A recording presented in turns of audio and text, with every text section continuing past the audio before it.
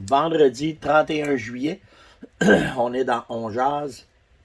J'espère que vous allez bien tout le monde. J'espère que vous avez passé une belle journée hier. J'étais un peu craqué hier quand je vous ai parlé. Je m'écoutais, je me tapais sur les nerfs. J'espère que c'était pas pareil pour vous autres.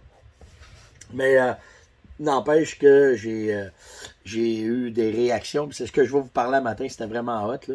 Mais on va commencer comme à l'habitude avec la température.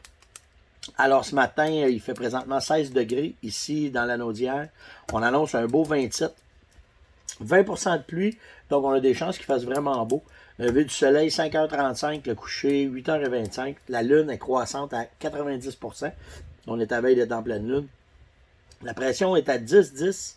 Alors tout se maintient, tout est stable. Et on est encore en vacances. Ça, c'est cool. Écoutez, hier... Si bol, c'était malade comment est-ce. Vous avez battu hier, ça a été vous avez battu le record des likes, vous avez battu le record des commentaires.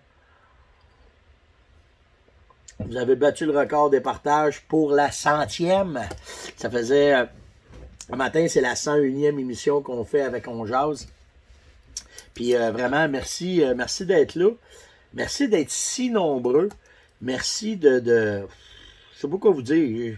Ça fait têteux, là, mais c'est vraiment cool, cette fameuse expérience, on va dire aventure-là, qu'à tous les matins, je me lève puis que je prends les sujets d'activité qui se passent dans la chasse puis dans la pêche, puis que je vous en parle. Puis aujourd'hui, j'ai une couple d'affaires le fun encore. On va tomber bientôt dans les techniques de chasse, dans l'utilisation des leurres, dans les techniques... En fait, ce que je vais faire avec vous autres, c'est que je vais vous présenter toute mon évolution dans le temps de la chasse, toutes les chasses que je vais faire, puis tout comment est-ce que c'est. Ce que je me pose comme question et qu'on est après évaluer, c'est que ça me dérange pas de faire des lives à toi le matin dans le temps de la chasse, puis de vous tenir au courant où est-ce qu'on va, puis qu'est-ce qu'on fait. Mais c'est parce que des fois, il n'y a pas la technologie pour pouvoir vous le faire. Fait que probablement que vous allez avoir une coupe de On Jase, ça va être seulement que des photos puis du texte que je vais vous envoyer pour vous tenir au courant comment est-ce que c'est, puis tout le kit. Puis, en tout cas, on verra, on va s'adapter parce que, j'ai jamais fait ça. 2, je ne sais pas comment ça va aller. Puis 3, j'ai pas de référence. J'ai aucune référence de... J'ai pas de référence. Si, ça s'est... En tout cas, je pense pas que ça s'est fait comme ça. Puis s'il y en a qui ont déjà pogné ça, dites-moi-les, parce que je vais aller regarder ce que les autres font pour être capable d'être un peu pareil. Mais on va avoir un bon défi cet automne. Je pense que oui. Hier, j'ai parlé de la faillite de Remington, des armes Remington et des produits Remington. Puis j'ai vu qu'il y en a beaucoup qui sont partis, sont allés dans les magasins, qui se sont fait des provisions parce que vous aimiez la marque, puis que vous aimiez comment est-ce que c'est. Il va falloir vous adaptiez puis changer vos affaires. Puis une affaire importante, là, Remington était une compagnie qui faisait beaucoup de munitions. Alors si vous tirez avec des munitions Remington, pensez pas que si vous avez un exemple, un 180 grammes avec une 30-06, puis que vous en allez, mettons, dans le Saco ou dans n'importe quelle autre marque, puis que vous allez prendre la balle, vous la mettez dedans, puis ça va tirer à la même place. Ce qu'il faut comprendre, là, c'est que chaque compagnie, tout dépendant de la qualité de balle que vous achetez, va aller avec la qualité qu'ils vont mettre dans les douilles de vos carabines. On va y aller avec une balle. On ne parlera pas des balles haute performance, des balles de haute qualité. Puis on ne parlera pas des balles cheap non plus. On va parler des balles qui sont au milieu. Mais comment est-ce que ça fonctionne dans ces compagnies-là pour être capable de vous arriver avec un prix compétitif? Que ce soit le brass, la douille, le plomb, ben, le boulet, ben ça, dans le cas de Remington, il y avait leur boulet eux autres souvent. Fait que c'est eux autres qui les fabriquaient. Fait que pour ça, ben, c'était facile pour eux autres d'y aller. Mais où est-ce qu'il y a un gros changement dans votre douille, dans votre cartouche, c'est la poudre qu'on met dedans, puis l'amorce qu'on met dedans. Puis ça, la majorité des compagnies en fabriquent pas. Il faut qu'ils fassent affaire avec des compagnies qui font de la poudre ou qui font des amorces. Donc, à tous les ans, puis ça, c'est un procédé de business normal, là. C'est pas anormal, mais à tous les ans, ou à tous les 2 ans, ou à tous les 3 ans, tout dépendant de combien qu'ils vont en acheter, ben la poudre, c'est des soumissions qui se fait. Fait que tu as 3-4 compagnies de poudre, 5, 6, 7, peu importe, qui arrivent dans une compagnie puis qui va dire, bon, mettons, comme Remington faisait probablement, cette année, on va te vendre tant de 1000 livres de poudre, puis elle va te coûter tant. Ça, c'est la poudre, mettons, la poudre Stéphane Monette. OK? Puis la poudre Pierre Jean-Jacques, ben là, il n'y avait pas de soumission cette année-là. Mais l'année d'après, Stéphane Monette soumissionnait trop cher, ben c'était Pierre Jean-Jacques qui vendait sa poudre. Et ça, la façon que la poudre est faite, le grain est monté, comment est-ce qu'elle est faite, ça fait que quand tu fais du rechargement, tu le sais très bien. Si tu vas avoir une constance dans ton tir, dans ton groupement, dans la précision de ton arme, tu vas tout le temps prendre le même boulet, la même douille, la même poudre, le même amorce pour être certain que ça soit constant et que tu sois capable de vérifier tes ajustements. Alors que quand tu achètes des balles commerciales, on parle, mettons, de la balle ordinaire, ben, de la balle de moyenne gamme, ben là, c'est là qu'il peut y avoir des changements. C'est là qu'il peut y avoir de la fluctuation de un et à l'autre. C'est pour ça que je vous dis que si vous étiez habitué de tirer de la Remington, puis qu'à matin, vous en allez, mettons, avec la Sako, ben, ce qui va arriver, c'est que Sako n'a peut-être pas les mêmes standards que Remington avait. Alors, votre tir peut être... Moi, j'ai fait des tests, là, puis plusieurs sortes de balles, puis ça allait à tirer à la même place, ou bien ça allait de offset à 50 mètres, de 6 pouces en haut à gauche, puis ça ne marchait pas pantoute, là.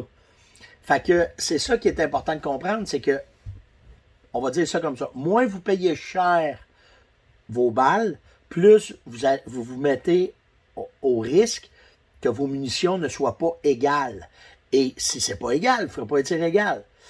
Puis ce que tu veux pas, c'est que tu aies mis des balles qui tiraient bien à 50 verges, puis même que tu arrives à 150 verges, tu ne sois pas capable de pogner en pancarte.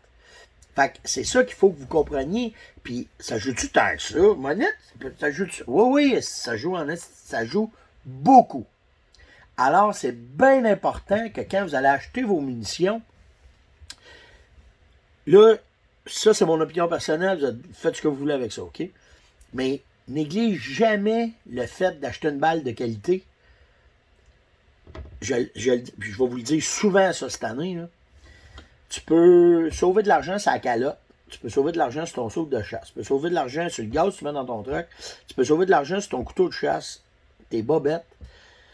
N'importe quoi. Mais si économise pas ses balles. C'est elle qui a le dernier mot à la dernière seconde pour faire la job. Puis c'est celle-là que le monde coupe le plus. Faites pas ça. Vous tirez, c'est le cas de le dire, tu tires dans le pied, tu sais. Tu comprends-tu? C'est que tu veux pas ça. Fait que si cette année vous tirez, nous autres, dans l'industrie, on dirait que tu tires du vert, parce qu'à Remington, toutes les boîtes étaient vertes, ben, si tu n'en trouves pas cette année, ben, assure-toi de tirer une coupe de coups. Pas un coup. Une coupe de coups. Normalement, tu vas tirer en série de 3 pour voir ton grouping où est-ce qu'il va être. Où est-ce que ta balle va se placer après 3 coups. Si tu prends ta balle, puis tu tires, mettons, à 60 mètres, puis tu n'es pas capable de tirer dans une tasse de café, range de balle ou pratique, fais quelque chose. Parce que tu vas faire quoi si tu as un orignal à tirer à 150 mètres? Tu vas t'en prendre 3 de large puis 4 de haut pour pouvoir le poigner, là. OK? Fait que négligez pas ça. Puis ceux qui aimaient tirer, exemple avec du Remington, ben j'ai vu hier qu'il y en a qui ont fait des provisions. Fait que ça, c'est correct. Mais j'espère que ça, c'est clair. Vous négligez pas l'achat des balles de carabine. Puis vous devriez, normalement, là, acheter 2 boîtes. Tu tires une demi-boîte, tu prends un break 2 jours, 3 jours, 4 jours, puis tu vas retirer une autre boîte. Tu vas voir comment ça va aller. Puis si tu vois qu'après une demi-boîte, tu n'es pas capable de tirer d'une tasse de café, change de sorte de balle. Ça ne veut pas dire que la balle n'est pas bonne. Ça veut juste dire que ta carabine, elle ne la digère pas pareil. Chaque carabine digère un boulet différemment. En moyenne, ça va marcher, mais pas tout le temps. Fait qu'il y a plein de tests à faire pour être certain. Puis je ne parle pas de tir de précision, je parle juste de tir de chasse, là. Mais pour faire de quoi qui est vraiment efficace. Hier, mon chum Robin était sur le lac Ontario. Puis cette année, je ne sais pas ce qui se passe au lac Ontario. Il y a beaucoup de multi-espèces qui s'attrapent. Ça attrape du chinook, du coho, de l'arc-en-ciel, c'est ce qu'on pogne le plus souvent, le steelhead. Mais on voit de plus en plus de truites grises s'attraper. Puis de la brune. Puis Robin, hier, il a attrapé une maudite bonne brune, une belle grosse brune. Fait que félicitations, Robin. C'est quand même exceptionnel de pogner ça sur le lac Ontario. Fait que t'avais un coup de chance, chum. Puis bravo pour cette capture-là. Hey, on est sur YouTube. Les views sont pas pareils, hein? Les views sur Facebook, Instagram, TikTok, c'est différent quand tu vas sur YouTube. Puis c'est comprenable parce que bien souvent, vous l'avez regardé déjà sur Facebook, puis vous l'avez déjà regardé, mettons, ailleurs. Puis YouTube devient la bibliothèque de référencement pour, si vous voulez retrouver, mettons, de quoi que je vous ai dit, comme ce que je viens de parler des munitions, ben on voit que ça braisse. Même qu'on a fait souvent des bons, tu sais, des films qu'on se tient à 100 000 views sur YouTube, mais sur ces capsules-là, hein? Fait que si vous avez la chance, abonnez-vous à la chaîne YouTube, ma chaîne à moi, Stéphane Monette, puis servez-vous-en comme référence. Si vous êtes avec des chums, vous voulez voir. Puis dans la description, je mets ce que j'ai parlé dans la journée. Alors c'est ça, on est sur YouTube. Hier, j'ai eu comme question Julie Stéphanie Parent qui m'a demandé, elle s'en va à la chasse à l'île Anticosti, puis elle m'a dit, as-tu une technique spéciale pour l'île? Moi, l'île Anticosti, je l'ai connue, j'étais flot. Mon père, ma mère ont eu la chance d'être dans les premiers pourvoyeurs de l'île Anticosti. Mon père était actionnaire, puis ma mère travaillait pour mon père. Alors, pourquoi j'ai tant aimé la chasse au chevreuil, c'est qu'à partir de l'âge de 16 ans, 15 ans ou 16 ans, en tout cas, never mind, moi, je passais mes étés à l'île Anticosti. Je finissais l'école, mon père m'envoyait là-bas, j'allais passer 2-3 semaines, j'ai déjà passé jusqu'à un mois et demi, j'allais travailler ces camps là-bas. Puis c'est là que j'ai commencé à connaître un peu le guidage, comment est-ce que c'était. Puis j'étais flot, puis j'embarquais avec le pick-up, puis je partais avec des clients, puis j'ai été un bout de temps le remplaçant des guides. Tu sais, un guide qui était malade, l'associé à mon père, M. Lorrain, disait « Hey, le kid, pogne un pick-up, va avec le client, puis va lui faire tirer du chevreuil. » Fait que c'est comme ça que j'ai appris. Fait que, puis dans mes études, après ça, tout le temps de mes études, je recommençais un peu plus tard l'école parce que je restais à l'île puis je faisais une partie de la pêche au saumon, je faisais une partie de la chasse de guidage à l'île Anticosti. Puis j'ai connu l'île dans son gros temps, là. J'ai connu l'île où est-ce que tu voyais, t'envoyais en esti de chevreuil. Moi, quand je suis arrivé à l'île, on était à Rivière-Saumon, puis il se tuait par saison, OK? Pas plus que, si je ne me trompe pas, c'était 250 chevreuils par saison qui se tuaient sur ce territoire-là. Puis nous autres, quand on est arrivé, on a monté à 350 permis x2. Fait que, mais je suis arrivé, c'était vierge, là. J'ai connu l'île Anticosti vierge, là. Fait que du chevreuil, là, c'était comme ça. Puis les renards, puis le saumon, c'était... J'ai ouvert la rivière Chaloupe. C'est moi qui étais allé prospecter pour la rivière Chaloupe. Puis après ça, ils l'ont exploité pour la pêche au saumon. Fait que, tu sais, je l'ai connu, l'île. Puis après ça, dans mon parcours de vie, je suis retourné à peu près une dizaine de fois en voyage de chasse. Après ça, je l'ai délaissé parce que je voulais voir d'autres choses. Ça, c'est mon tempérament qui est de même. Puis j'ai découvert d'autres territoires après. Mais l'île Anticosti, je l'ai connu, qu'il n'y avait même pas d'aéroport. Fait que ça vous donne une idée. Fait que oui, je l'ai chassé en mer. Je sais qu'aujourd'hui, l'année passée, on parle que l'île avait entre 150, moi je l'ai connue, elle avait 185, 190 000 chevreuils sur l'île. Puis l'année passée, on parlait que ça avait droppé à pas loin de 35 000. Puis ça, c'est dû à la capacité de support du milieu qui nous disent. Mais n'empêche que j'ai connu l'île dans son gros temps. Puis pour ce qui est de Julie, il y a deux techniques, puis ça fonctionne encore très bien quand tu vas en Anticosti. C'est sûr que, tout dépendant des dates, provoquer à l'île, c'est malade, là. OK, si tu utilises, mettons, le préorbital, puis tu fais des stations d'odeur, tu fais un peu de rattling. Si tu as un territoire qui a le moins un peu de chevreuil, tu vas avoir tout de suite des résultats, parce que la compétition est là. Mais si tu y vas de bonne heure, que le chevreuil est moins actif sur la provocation, des lignes d'odeur avec les phéromones, j'ai eu du fun, même dans ce temps-là, je les avais pas, mais on faisait des lignes d'odeur avec de l'odeur de pomme. Puis, ce qui était bien winner, c'est que tu faisais une longue... Parce qu'à Lille, ce qu'il y a de merveilleux, c'est que c'est un des seuls endroits que je connais que tu peux faire de la chasse fine au chevreuil. Puis, je sais pas pourquoi, là, l'habitat se prête à ça, puis c'est vraiment cool. Fait que ce que tu peux faire, c'est que tu te fais une ligne d'odeur longue, tu marches longtemps, mettons, je te dirais un 2 km. Assez rapidement, le vent dans le dos. Le vent dans le dos, tu fais là, monette. Mais en marchant, tu laisses l'odeur. Tu laisses l'odeur. Là, mettons, à toutes les 30, 40, 50, 60 pieds, c'est les branches en marchant.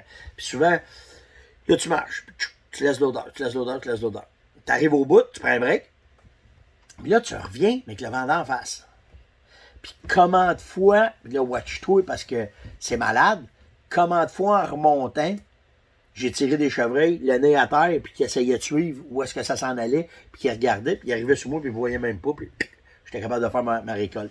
Fait que c'est une belle technique, le fun à faire, qui fonctionne. Écoute, je l'ai vu fonctionner pas mal juste à l'île. Je l'ai fait dans l'Ouest canadien, ça fonctionnait aussi un peu, mais jamais comme à l'île Anticosti. Fait que c'est une belle technique à essayer, une belle technique à faire, tu vas avoir du fun. Hey, hier, j'aurais pas le temps de parler de la Gaspésie.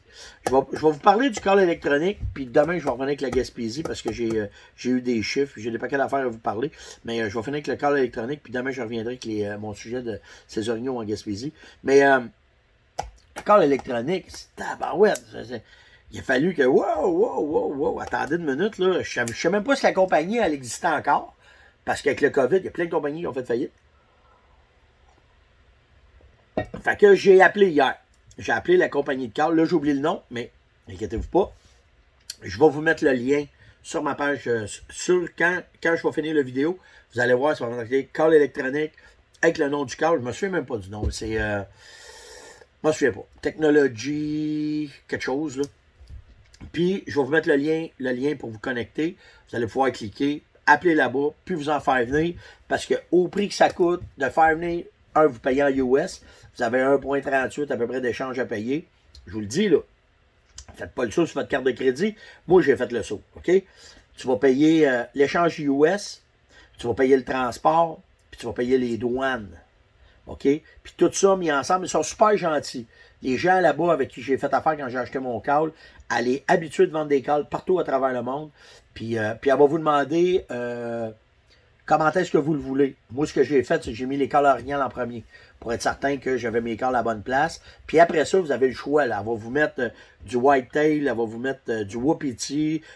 Mais tu sais, c'est des animaux qu'on n'a pas au Québec, mais forcés, par exemple, pour avoir tous les prédateurs, pour avoir tous les oiseaux. Moi, je m'en suis servi l'année passée à la Loi-Blanche. J'ai eu du fun au bout. Le câble fonctionne super bien. Le câble qu'il y a dedans, il est très, très efficace.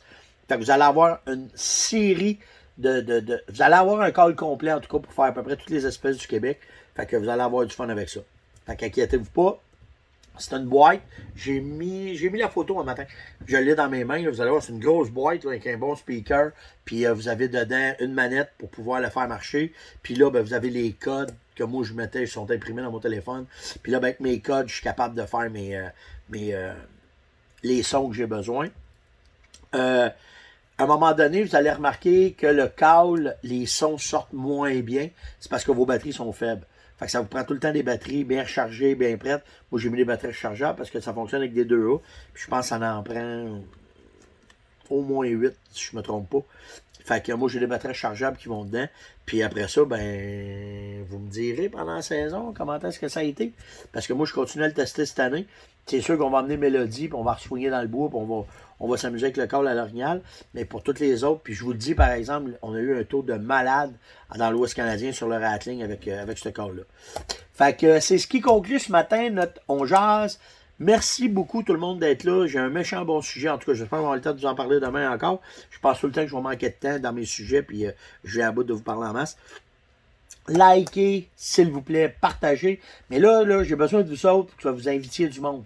Dites-les à du monde, dites-leur qu'ils viennent sur la page, dites-leur qu'ils viennent s'ajouter. C'est ça qui s'apprend parce que là, l'automne arrive à partir de...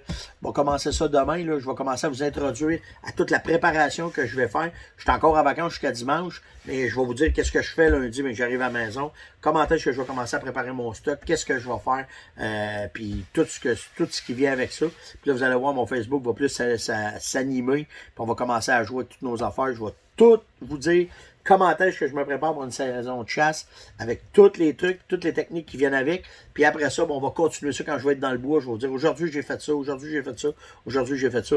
Puis vous pourrez après ça nous suivre. Puis si ça peut vous aider à récolter. Ben, c'est le but de On Jase, c'est le but d'avoir du fun, de triper. Mais n'oubliez pas de liker, partager, puis inviter tout le monde.